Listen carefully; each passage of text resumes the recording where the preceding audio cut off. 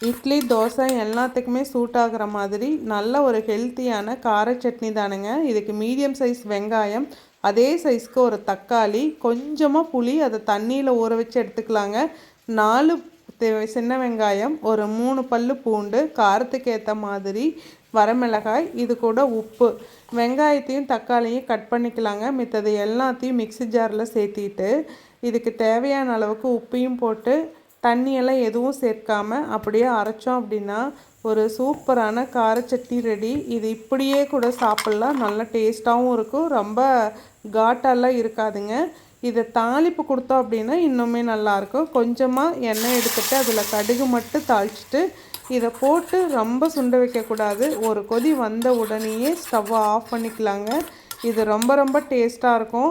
ஆப்பம், இட்லி, தோசை எல்லாத்துக்குமே நல்லா சூட் ஆகும். அதே சமயத்தில் இதில் சேர்த்துருக்கிறது எல்லாமே பார்த்திங்கன்னா ஹெல்த்துக்கும் நல்லது. இன்றைக்கி மசால் ரோஸ்ட்டுக்காக இதை சர்வ் பண்ணவங்க ரொம்ப ரொம்ப டேஸ்ட்டாக இருந்தது. கண்டிப்பாக ஒரு டைமாவது ட்ரை பண்ணி பாருங்கள்.